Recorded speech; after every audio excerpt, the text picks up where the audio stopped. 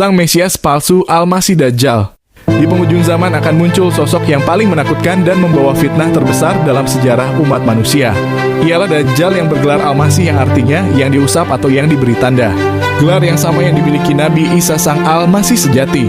Sedangkan Dajjal adalah Al-Masih palsu yang mencoba meniru Nabi Isa untuk menjerumuskan manusia ke dalam neraka melalui kebohongannya yang menakjubkan. Adapun dalam penafsiran lain, Al-Masih berarti penjelajah yang mana ia dapat berpindah tempat dengan instan dalam seketika dengan bantuan sang iblis. Hal yang sama yang dilakukan oleh Nabi Isa dengan bantuan malaikat Jibril. Dajjal lahir dari dua generasi perkawinan sedarah yang mana kakek dan neneknya adalah saudara kandung, begitu juga dengan kedua orang tuanya yang merupakan saudara sekandung pula. Alhasil Dajjal lahir sebagai manusia yang cacat fisiknya, buta sebelah matanya, dan mempunyai ukuran di atas bayi sewajarnya. Di dahinya terukir jelas kata kafir yang hanya bisa dilihat oleh orang-orang yang beriman.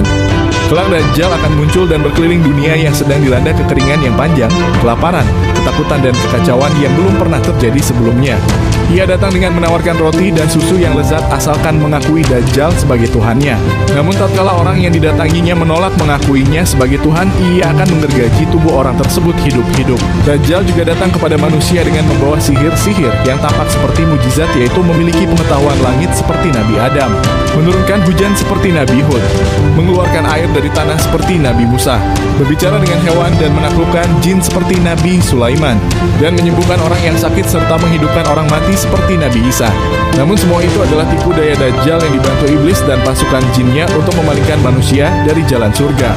Dajjal akan membawa surga dan neraka palsu di kedua tangannya, menipu manusia dengan kenyataan terbalik. Tatkala manusia memilih surganya, ia akan masuk ke neraka Allah yang sesungguhnya, dan ketika ia memilih nerakanya, ia akan masuk ke dalam surganya Allah dengan selamat.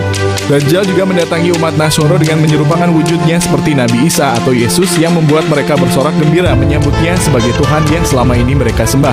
Walaupun di dalam kepercayaan orang Nasoro, Dajjal juga disebut sebagai antikristus, namun mereka tidak dapat melihat tanda kafir di dahinya sehingga mengira ia adalah Yesus atau Nabi Isa yang datang sebagai Tuhannya. Tidak ada satu jengkal pun di bumi ini yang tidak dimasuki Dajjal kecuali dua kota suci, yaitu Mekah dan Madinah, yang mana dijaga malaikat sehingga Dajjal tidak bisa memasukinya.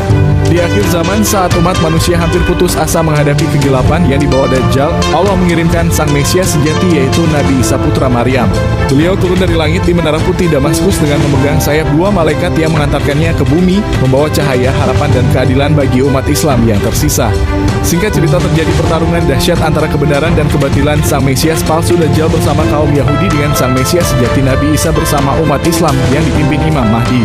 Dengan izin Allah, Nabi Isa membunuh Dajjal di gerbang Lut, Palestina, dan mengakhiri fitnah terbesar dalam sejarah umat manusia. Allahu